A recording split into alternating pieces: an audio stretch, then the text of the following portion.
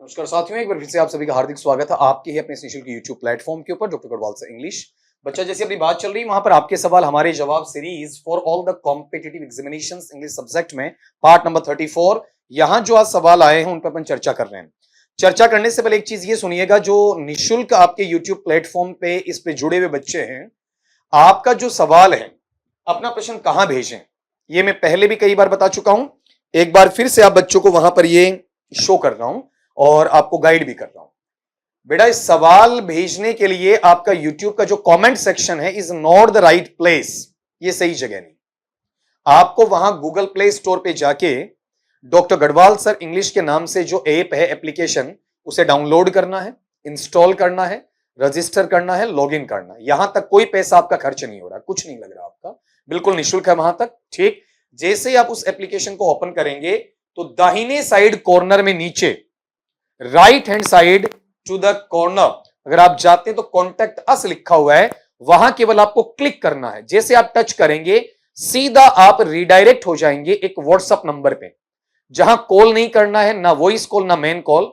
आपका जो सवाल है उसे आप टाइप कर दें, फोटो ना भेजें वहां, क्योंकि कई बार साफ नहीं आती, दिक्कत आ जाती है। ठीक है, इसलिए वहां टाइप करें, फिर आपको रिस्पॉन्ड किया जाएगा कि ये जैसे पार्ट 34 में आना है कि 35 में कि 36 में, नीचे लिख दिया जाएगा कि आपके सवाल का जवाब और एक्सप्लेनेशन इंटरप्रिटेशन आपके सवाल हमारे जवाब के इस सीरीज में इतने नंबर में दिया जाएगा।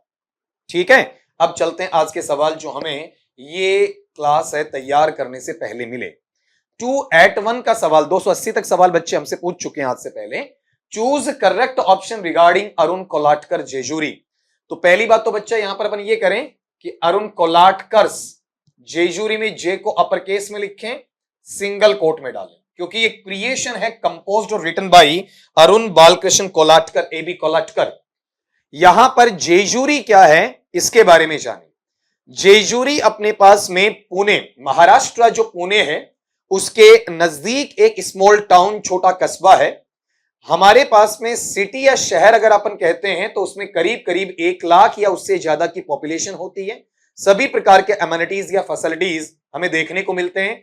जो टाउन या स्मॉल टाउन होता है उसमें फ्यू रेजिडेंट्स, मतलब कुछ निवासी आपके रहते हैं, हजारों की संख्या में हो सकते हैं, आपका लाखों की संख्या में नहीं जाते हैं। ठीक है, अब यहां यह गौर करना कि अरुण कोलाटकर का एक आपका पोइम का सीरीज या फिर आपका एक तरीके से कलेक्शन है जो धार्मिकता से जुड़ा हुआ है, और वहां पर जो लोग हैं, जो उनके इष्ट देवता जिनका नाम आपका वहां पर खंडोबा है, ठीक है, वहां पर वो पूजा अर्चना करने के लिए अपनी आस्था है उसको रखने के लिए जाते हैं। बच्चे का सवाल क्या है पहले इसको पढ़ें। It is a series of poem written by Arun Kolatkar. बिल्कुल सही बात है, जेजूरी है वो एक सीरीज ऑफ पोइम है। दूसरी बात, it is A city in Maharashtra. तो बच्चा अगर मुझे टाउन मिलता पुणे के नियर बाई तो ज्यादा अच्छा ये होता, लेकिन नहीं मिला तो सेकेंडरीली द्वितीयक प्राथमिकता में इसे रखा जा सकता है, कोई मना ही नहीं आपका वहां पर। और फिर it is a temple dedicated to lord Khandoba. ठीक है, वहां पर आपका ईश्वर आपका खंडोबा है, उनको समर्पित मंदिर के रूप में इसे इंडिकेट किया जाता, बिल्कुल वहां किया जाता है। अब बेटा इसमें ये जो आपने बनाया ये आपने अपनी तरफ से ऑप्शन बना दिया। ठीक, ऑप्शन अपने पास में क्या मिला हुआ है, A B and C correct. जब अपने पास में सिटी नहीं है तो अपन टाउन पे चले जाएंगे। ठीक, अगर वहां पर ये ऑप्शन नहीं होता तो मैं इस पर आता, अदरवाइज नहीं आता। सर मुझे ये जानना है, बच्चा कह रहा है ये स्मॉल टाउन था या सिटी इन महाराष्ट्र। तो बच्चा पहली बात तो ये महाराष्ट्र में पुणे और पुणे के अंदर small town, no doubt about that, इसमें कोई शक शुबा नहीं है।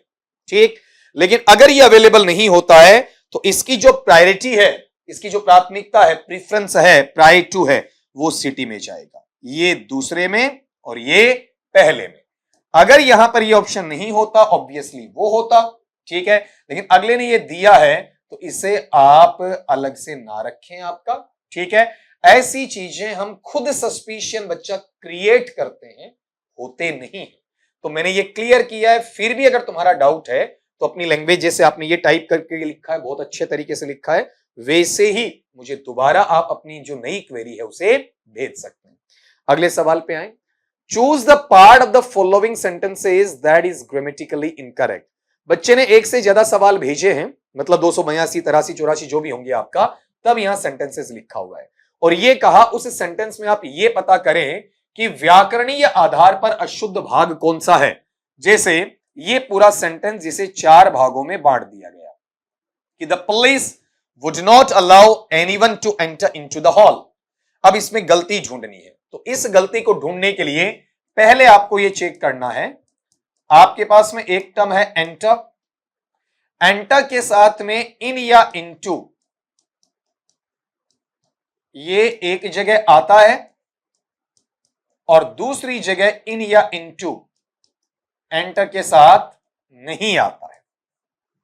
ठीक, यह समझना कि एंटर के साथ इन या इनटू कब नहीं आएगा, जब वो प्रवेश के अर्थ में है, किसी की एंट्री के अर्थ में है, आगमन के अर्थ में है, तो एंटर के साथ इन या इनटू नहीं आता है। लेकिन जब डीप इन्वेस्टिगेशन, गहन जांच पड़ताल है, किसी केस की जांच पड़ताल है, फाइलिंग की है, दस्तावेजों की है, तो वहां पर बच्चा इन और इनटूस के साथ लगाया जा सकता है। अब सुनना, क्या कहा, पुलिस वाले किसी को अनुमति नहीं देंगे हॉल या कक्ष में प्रवेश करने की, तो एंटर यहां प्रवेश करने के अर्थ में आ रहा है और प्रवेश करने के अर्थ में एंटर के साथ में इन या इनटू को जोड़ा नहीं जा सकता है। तो आंसर क्या रहेगा, ये गलती क्या है, इसमें इनटू अननेसेसरी है, अनावश्यक है। अगली बात पे आओ, इसी सवाल को बच्चे ने दोबारा भेजा कि सर इस तरीके से पूछ ले। बिल्कुल बेटा, और इस तरीके से पूछे तो आपको ऐसे लगा के देगा ना, इसमें ऐसे मान लीजिए कि ये आपका ए पार्ट बना दिया, ये पार्ट बच्चा आपका वहां पर इसमें बी पार्ट बना दिया, ये पार्ट बच्चा आपका वहां सी पार्ट बना दिया, और फिर लास्ट में ये भी लिखेगा क्या, नाउ एरर, और इसे अगले ने आपका डी पार्ट बना दिया। ठीक है, अब इसको अगर मैं चेक करूं, इसके बारे में जानकारी लूं, तो यहां सुनना कि जो पुलिस है वो किसी को भी अनुमति नहीं देगी उस हॉल या उस कक्ष में प्रवेश करने की, तो सीधा सीधा है कि एंटर के साथ इनटू यहां नहीं आएगा, तो आंसर क्या बन जाएगा, सी। चाहे ऐसे पूछ ले 1 2 3 4 करके, चाहे ऐसे पूछ ले, सवाल वही है बच्चा। ठीक है, अब आपने 2 जगह इसे लिखा है तो दोनों जगह आपको सोल्व करके बता दिया। सिंपल सी बात है, एंटर के साथ में अगर आप प्रवेश करने का अर्थ देते हैं तो इन या इनटू नहीं आता है, और एंटर के साथ में अगर आप वहां पर क्या कहते हैं बताओ, आपका जहां पर आप गहन तहकीकात या जांच पड़ताल की बात करते हैं तो आ जाता है। When she parted with her parents, there were tears in her eyes। तो ऐसा ही सवाल एरर का पूछा हुआ है। तो यहां दो जो आपके फिक्स्ड प्रीपोजिशन इररेगुलर पैटर्न में जो फ्रेजल वर्ब का निर्माण करते हैं वो आप सीख लो। एक आपके पास में होता है पार्ट विथ, और एक बच्चा आपके पास में होता है पार्ट फ्रॉम। जब आप पार्ट विथ की बात करते हैं तो पार्ट विथ के मायने होते हैं कोई भी आपकी स्पेशल वस्तु, स्पेशल थिंग या ऑब्जेक्ट, जैसे आपने चेरिश कर रखा है, जिसकी एम्बिशन पाल रखी है, जिसको हद से ज्यादा आपने अपने लिए सोच रखा है, अगर इसकी आप बात करते हैं तो ये जो अपना पैटर्न आता है ये होता है पार्ट विथ, मतलब उससे अलग होना। किससे अलग होना, आपका किसी कीमती, किसी विशिष्ट, किसी प्रिय वस्तु से अलग होना। लेकिन ये वस्तु हो गई है। अगर आप किसी से इमोशनली जुड़े हुए, सेंटिमेंटल वे में जुड़े हुए, जिसमें सामने वाले के इमोशन भी आपके भी, मतलब सामने वाला निर्जीव नहीं है, आपका भाई बहन, माता पिता, बुआ जी, मामा जी, मामी जी, ठीक है, फूफा जी, मौसा जी, मौसी जी, आपका दादा दादी, ठीक है, बेटा बेटी, पति पत्नी, जो भी हैं, जो सेंटिमेंटल लेवल पर आपसे जुड़े हुए, इमोशनली जुड़े हुए, फीलिंग्स के साथ में जुड़े हुए, और वहां से आपकी विदाई होती है, वहां से आप अलग होते हैं, ठीक है, वो पार्ट फ्रॉम आएगा। किसी करीबी व्यक्ति से अलग होना। क्या लिखना चाह रहा हूं इसमें, किसी करीबी व्यक्ति से अलग होना, ठीक है, ये पार्ट फ्रॉम आएगा। अब सुनना जरा, इसमें क्या कहना चाहा कि जब उसे अपने माता पिता से अलग होना पड़ा तो उसकी आंखों में आंसू थे। अब आप ये बताओ, माता पिता उसके क्या हो गए, वहां पर करीबी व्यक्ति हो गए ना, तो यहां पार्ट विथ नहीं, क्या होना चाहिए, पार्ट फ्रॉम होना चाहिए। पार्ट से पार्ट, पार्टिड, पार्टिड, तो पार्टिड विद नहीं, पार्टिड फ्रॉम होना चाहिए। तो यहां गलती क्या है, आप ये देख रहे हैं पार्टीड तो ठीक है, यहां देवर टीएस भी ठीक है, इनर आइज भी ठीक है, लेकिन गलती क्या, यहां विद नहीं बल्कि क्या आना चाहिए आपका, फ्रॉम आना चाहिए। तो ये प्रीपोजिशन का मिस्टेक है। ये लो बच्चा, आपने एक ही सवाल में 2 सवाल पूछ ली, बहुत बढ़िया बात है आपकी। यहां भी आप देख रहे हैं, इसको रिपीट किया ना तो भी बेटा ये देखो आपने यहां 2 सवाल पूछ लिए। एंटर के साथ कब आता है कब नहीं आता है।